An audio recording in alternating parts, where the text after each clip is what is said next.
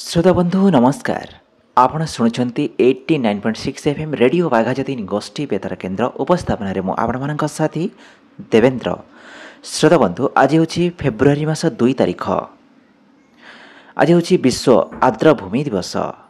श्रोता बंधु परिवेश संतुलन रक्षा करने सह जैव विविधता बजाय रखा दिगरे आर्द्रभूमिर भूमिका अत्यंत गुरुत्वपूर्ण।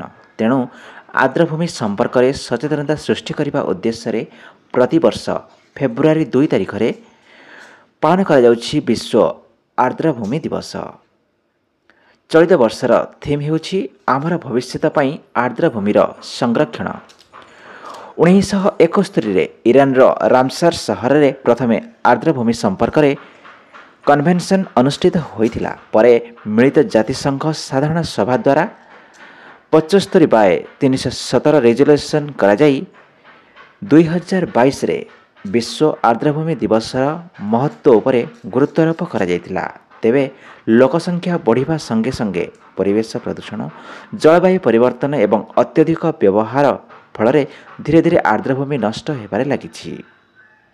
विशेषकर ओडिशा थिबा 6टी रामसार साइट रे मान्यता पाइथिबा चिलिका, सातकोशिया, हीराकुद, अंशुपा, डाम्परा तथा भितरकनिकार मध्य एही समस्या देखा देइछि। एही क्षय कारणरू जैव विविधता, जलवायु एवं विश्व अर्थनीति उपरे गभीर प्रभाव पड़िछि। एहार समाधान पाई मानसिकतार परिवर्तन आनिबा सह आर्द्रभूमि संरक्षण को प्राथमिकता देवा आवश्यक। विशेषकर विश्व आर्द्रभूमि दिवस रे सचेतनता सृष्टि सह एसहित जोड़ी होइतिबा कार्य को प्रोत्साहित करने एवं एही गुरुत्वपूर्ण इकोसिस्टम गुड़िकर सुरक्षा जरूरी बोली परिवेशविद माने मत प्रकाश करिसेंती। तेबे आसंतु आमे समस्ते आर्द्रभूमिर सुरक्षा करिबा। सुनिथिबा रेडियो बाघाजतीन गोष्ठी बेतार केन्द्र 89.6 FM रे।